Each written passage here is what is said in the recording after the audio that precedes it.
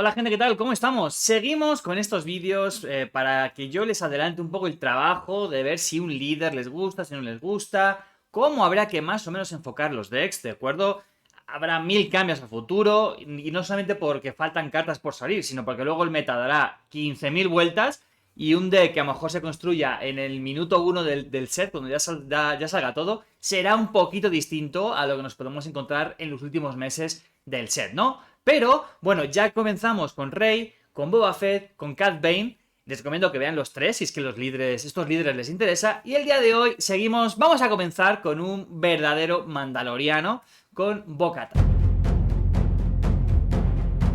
Y bueno, el siguiente, lo más seguro, es que sea Gar Saxon, por el hecho de seguir un poquito con los mandalorianos. No sé si luego iré con Mando. La verdad es que me gustaría mucho que ustedes me pidieran, ¿no? No creo que me alcance a hacer todos los líderes antes de que salga el set 2, pero voy a intentar avanzar bastante. Por tanto, en comentarios, si hay algún nombre que suena mucho, que se repite mucho o que tiene muchos likes, ¿no? Cuando alguien lo propone, lo voy a priorizar, ¿de acuerdo? Vamos a comenzar hablando un poquito de Bo-Katan. Bueno, líder mandaloriana, fue líder, luego dejó de serlo, luego parece que va a volver a serlo, o lo está siendo ya, mejor dicho, si están actualizados con las últimas series. Y bueno, muy interesante, rojo-blanco, puede ser rojo, pues sí, podría ser verde también. O sea, bueno, lo han sacado aquí supongo por el momento temporal que quieren estar representando de ella, ¿no? Su apellido es Princesa en el Exilio. Así que yo creo que es el momento en el que sigue buscando el sable láser, el sable oscuro, perdón, a ver dónde está. Bueno, acción, giramos a Bo-Katan. Si has atacado con una unidad mandaloriano, en esta fase inflige 1 de daño a una unidad. Me recuerda un poquito a Cad Bane, que ya lo hemos analizado, pero Cad Bane era jugar de mano una unidad, bueno, una carta, mejor dicho, que sea de bajos fondos, que sea de Underworld, y el daño lo elige el rival. Un puntito de daño, el daño lo elige el rival. En este caso es atacar con un mandaloriano y nosotros elegimos el daño. Entonces, está muy bien para quitar escudos, para rematar unidades que se han quedado uno de vida, no sé, para ablandarlas un poquito y que luego otra unidad nuestra la pueda debilitar por completo. Está muy bien. Sale con 6 recursos y estadísticas 4-7.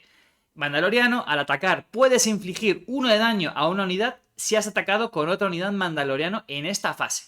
Puedes infligir 1 de daño a una unidad. Es decir, que por atacar vamos a hacer un punto de daño. Y si además hemos atacado con otra unidad mandaloriana en esta fase, previamente, vamos a hacer un puntito adicional a otra unidad. Y ahí pone a la misma unidad o a otra distinta. Por tanto, en un mundo ideal podríamos elegir hacer 2 a una unidad en concreto o repartir 1 a 1 y tener un impacto brutal y, pues para lo que acabo de decir, ¿no? Quitar escudos, rematar unidades, etcétera, etcétera, etcétera. Muy interesante. Es que no dice que sea una unidad enemiga. Por tanto, incluso podríamos llegar a hacernos daños a nosotros mismos si es que, por ejemplo, tenemos una unidad con grit, ¿no? Dañito, dañito, eso le da más poder a nuestra unidad y luego hacemos mucho más daño con esta unidad. Quizás es demasiada preparación, quizás no es la primera opción que podríamos tener en mente, pero me gusta que no estemos obligados a que sea una unidad enemiga. Entonces, esto puede habilitar ciertos combos de tener una unidad que cada vez que recibe daño, hace daño a la base del rival, por ejemplo, ¿no? Entonces con Bo-Katan, pin daño, pin daño, pin daño, y pueden pasar cositas. En las mini guías que he ido haciendo de Cad Bane, de Rey y de Boba Fett, hacía un pequeño texto, ¿no? Como resaltando los principales puntos a tener en cuenta con Bo-Katan. Creo que aquí es muy fácil. Todo se reduce a mandalorianos, ¿no? O sea, si no tenemos mandalorianos en mesa que hagan ataques, no es como si tuviéramos el texto blanco de Bo-Katan. Por tanto, los dos decks que les traigo hoy, los dos macitos que les traigo hoy, vienen enfocados por completo, uno más que otro, en tener mandalorianos en mesa. Vamos a verlos. Primero, uno muy interesante, que es el mono rojo. ¿Por qué es interesante? Bueno, todo gira en torno a aspirantes al clan. Esta unidad es una unidad terrestre de 5, de coste 5, roja, es un 3-6, mandaloriano soldado. Es trooper también, ¿vale? Bueno, tiene incursión 3, por tanto, ese 3 de poder es un 3 un poquito tramposo. Porque cuando ataquemos con esta unidad, en verdad se convierte en un 6-6, que es una barbaridad. Y siempre que tenga una unidad, una mejora vinculada, vamos a ganar formidable, Overwhelm. Entonces, ¿por qué es clave esta unidad? Bueno, justamente por agresividad y por sigue luchando. Son dos cartas que queremos usar para girar para enderezar otra vez una unidad que tenga poder 3. Claro, poder 3, pero cuando ataca es poder 6, por esa incursión 3. Tanto agresividad como sigue luchando, enfocado en aspirantes del clan, podemos hacer que saquemos muchísimo valor a esta unidad, que por supuesto tenemos 3 copias, y a su lado tenemos bravuconería. Coste 5, si hemos derrotado una unidad en esta fase, va a costar 2 menos, por tanto costaría 3. Podemos preparar una unidad. Ahora no nos está limitando que tenga poder 3, por tanto podemos elegir cualquier unidad que tengamos en mesa. ¿Cuál es la idea, por tanto, de este deck? Sacar mucho valor a unidades que tengamos en mesa para que ataquen una y otra vez y generar mucho poder. Entonces, bueno, ahí está, lo he llamado 3 y 3 y 3, por esto que decía de jugar en torno a unidades que tengan poder 3. Y bueno, algo interesante que no he puesto, y es que, claro, para que tenga formidable, tiene que tener una mejora. Pero claro, normalmente las mejoras lo que va a hacer es también aumentar las estadísticas ofensivas. Y si aumentamos las estadísticas ofensivas, ya no podemos girarlo ni con agresividad, ni con la otra que hemos puesto, que era Keep Fighting, ¿no? De sigue luchando. Pero, esto sería como una opción última para tratar de sacar muchísimo valor, ¿vale? Que sería Guild Target. Es una mejora que cuesta 0, da un +0/+0, pero que lo que hace es que cuando esa unidad es, o sea, le damos recompensa, cuando esa unidad es derrotada, vamos a hacer daño a la base. En este caso, si lo ponemos a la nuestra, haríamos daño a nuestra propia base, ¿no? El rival elegiría hacer daño a nuestra propia base. Pero, al ser 0-0, le estamos dando formidable, le estamos dando overwhelm de forma directa, sin mejorar sus estadísticas, y podríamos sacar un valor adicional de esta unidad. Y al ser un deck bastante... Es un agrotempo, ¿no? No es un midrange, tampoco es un super mega agro, aunque puede empezar la partida por completo super agro, pero no tenemos que tener miedo de hacernos daño a nuestra propia base, ¿vale? Bueno, aparte de esta pequeña sinergia interna, bueno, una copia de sacrificio heroico, con la idea de hacer un daño brutal. Cierto, nuestra unidad va a ser derrotada, pero bueno, es hacer muchísimo daño contra el rival. Mejora baratita que da +2 estadísticas ofensivas, bien.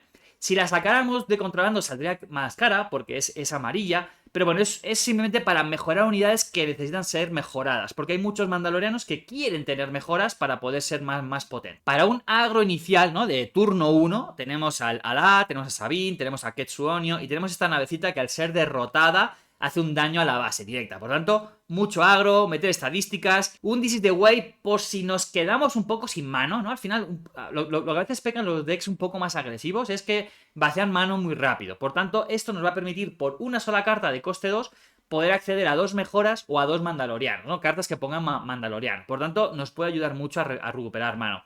Red 3 porque potencia un montón de nuestras unidades en mesa.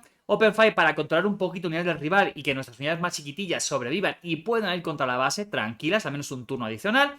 Mandaloriano de estadísticas 4-3 que puede salir por sabotador, así que bien, baratito, estadísticas ofensivas y con utilidad en partidas un poquito más largas, que vengan desde recursos. Mandaloriano que quiere una mejora para tener centinela y proteger a nuestras unidades agresivas. Vida 4, por tanto es fácil que pueda sobrevivir a bastantes cosas del rival. Este 3-3-3 que da un +1/+1 a una unidad mandaloriana, maravilloso. Y luego unidades interesantes por sí mismas, pero que no son mandalorianas.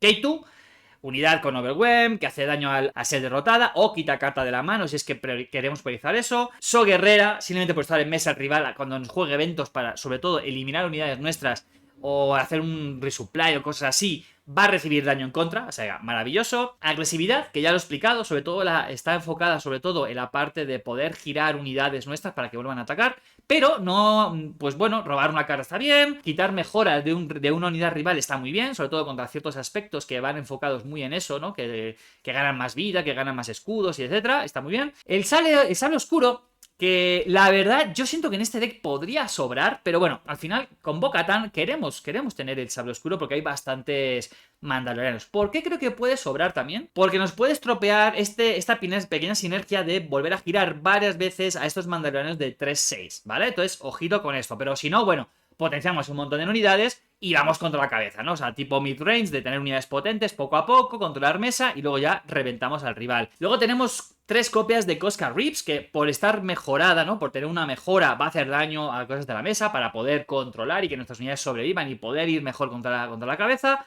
bravuconería, que ya lo hemos explicado antes, y por supuesto una copia del dragón, porque siempre hay que tener un plan B, ¿no? Un plan B, un plan C. El plan A sería ganar por puro valor en mesa, el plan B es la de girar un montón de veces a unidades de poder 3 para hacer mucho daño, y el plan C, pues efectivamente sería este dragoncito para tratar de rematar partida. Y ojo, que podemos girarlo con bravuconería, o sea que podemos hacer un montón de daño. Esta es la idea, esta es la idea. Aquí que tengo cosas para dar sabotador a mis unidades, para descartar cartas del rival, para hacer daño indirecto, aunque no hay tantas cartas que tengan el aspecto heroísmo, entonces puede ser que no hagamos muchísimo daño.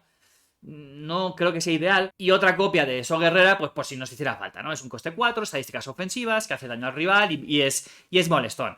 ¿Le veo potencial? Le veo potencial, la verdad. Creo que es un mono rojo bastante interesante. Habrá que hacer cambios, pero el que me tiene enamorado, por supuestísimo, es azul rojo. O sea, azul rojo. Y es que menudas cosas que nos trae azul a este deck de Bo-Katan, ¿no? Porque recordemos que prácticamente todos los mandalorianos están entre rojo y azul. Solo hay uno en verde, el pacificador, Sundari, que tiene Raid, que tiene Restore, es una muy buena unidad, muy buena. Y la otra es el propio Mando, pero es líder amarillo. Por tanto, Bo-Katan, si queremos hacer un tribal mandaloriano, es con rojo y con azul. ¿Y qué nos aporta azul? Nos aporta la armera. O sea, yo estoy jugando bastante Mando ahora, pronto va a venir una partida al canal. Y bueno, esta jugada de coste 5, que pone 3 escudos a 3 unidades mandalorianas, y ya verán que solamente hay una única unidad que no es mandaloriana, o sea, es prácticamente todo le vas a poner un escudo, es fortísimo. Este Concord es dolorosísimo, pero muy doloroso, de verdad, o sea, para el agro rival muy bien, y luego en cuanto le empiezas a dar token experiencia a través de cosas que vamos a ver ahora, empieza a ganar más vida y por tanto también más poder, y es que se convierte en una bestia durísima. Y tenemos dos navecitas que nos van a ayudar a jugar con las mejoras, porque claramente los mandos quieren mejoras. El Wrath of Crest nos la va a recuperar de la pila de descartes, valor máximo y encima Restore 2 y estadísticas buenas. Y el Gauntlet, que nos va a permitir, cuando es jugado o cuando ataque, mover mejoras entre unidades. El uso más principal es ataco con una unidad que ya tengo una mejora equipada, por tanto ha tenido mucho valor en ese ataque. Juego o ataco con el Gauntlet, muevo esa mejora que ya ha sido utilizada a una unidad que todavía no ha atacado y sigo sacando valor. Por tanto, podemos tener un turno bastante potente si el Gauntlet está en mesa. Pero bueno, vamos a ver ya el deck por completo. Y lo primero a destacar es la base de 25 con escudo. ¿Por qué? Bueno, porque justamente este centinela, este posible centinela, que lo gana cuando tiene una mejora, es uno de los principales beneficiados del escudito que pueda poner nuestra base. Yo, por ejemplo, en mis partidas de Mando, en muchas ocasiones tengo una jugada de coste 2, que le pongo la armadura mandaloriana, le pongo un +1/+3, pasando por tanto a ser un 3/7, barbaridad, con escudo y centinela. Cuando me atacan, después lo que hago es ponerle otra vez escudo y entonces es como, bueno, estámpate si quieres. Estámpate, te vas a seguir estampándote y posiblemente te voy a estar eliminando unidades.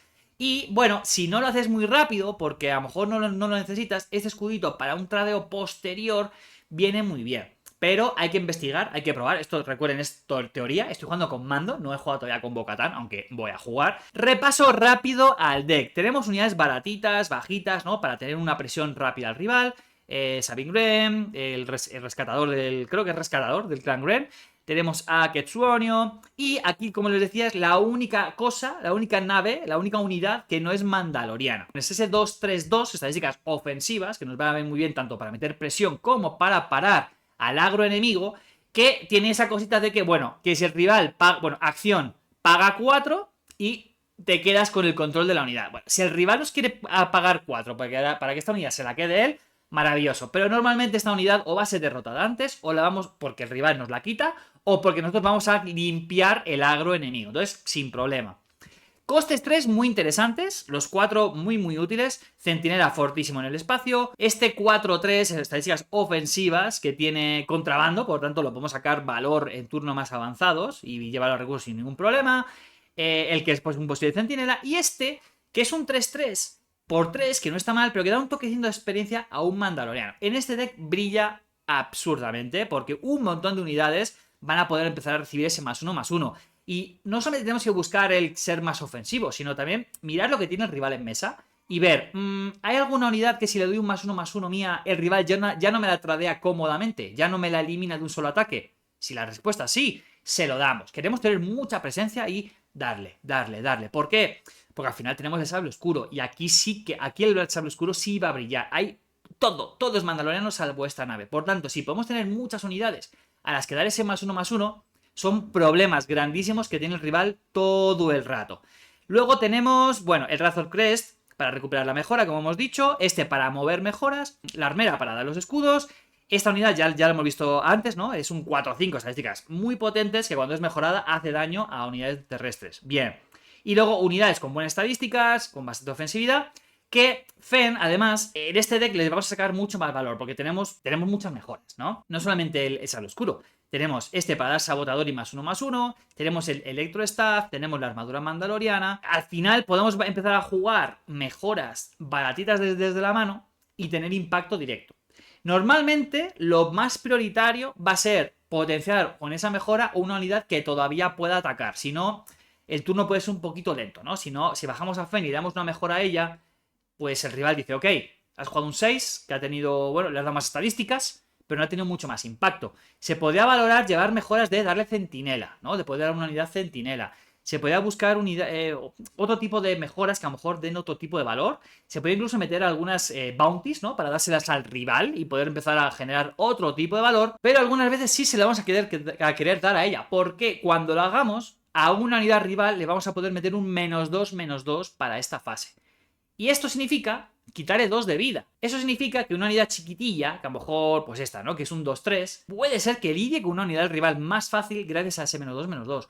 O, en un escenario maravilloso, recordemos que Bo-Katan, cuando un Mandaloriano ataca, puede ser girada y hacer un puntito de daño. Entonces, un puntito de daño por aquí, más los 2 que podía llegar a meter Fenn, ya son 3. Y 3 ya es un número mucho más consistente para quitarse ciertas unidades. Sobre todo centinelas, estos pesados del rival, maravilla. Y el Gauntlet, recordemos que luego si le ponemos una mejora en Fenn, que no le hemos sacado mucho valor o que no es lo ideal que lo tenga ella, con el Gauntlet podemos movérsela a otro mandaloriano. Así que, pues nada, mucho valor. Hay sinergias fortísimas dentro del deck.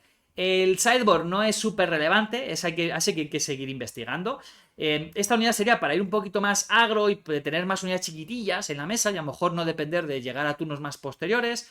Tendríamos otro Gauntlet por todo el valor que da, devociones para poder parar el agro enemigo y estos bounties que comentaba antes que podemos dar gratis con Fenn o pues jugar de mano a un rival enemigo para tradear con él y hacer daño indirecto a la base. Entonces, muy bien. Si se fijan, no llevo a The Mandalorian. No me entraba.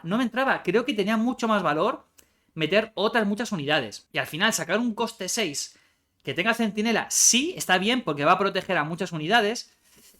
A mí esta parte de que cure una unidad de coste 2, claro, supone que para que la cure es porque la hemos ido mejorando, porque al final tienen poquita vida, ¿no? Entonces, no lo veo mucho. Por tanto, al final no le da tanto valor y he priorizado jugar a Fenn y sacar valor a esas mejoras que pueden potenciar prácticamente a toda la lista. Así que nada, vamos, que lo voy a jugar segurísimo y ojalá pueda traer una partida prontito. Así que estén muy atentos que seguro van a haber unas partidas de Bo-Katan en el canal. Gracias, gente, espero que les haya gustado mucho. Por favor, ya saben, déjenme en comentarios algún nombre de algún líder que quieren que intente priorizar.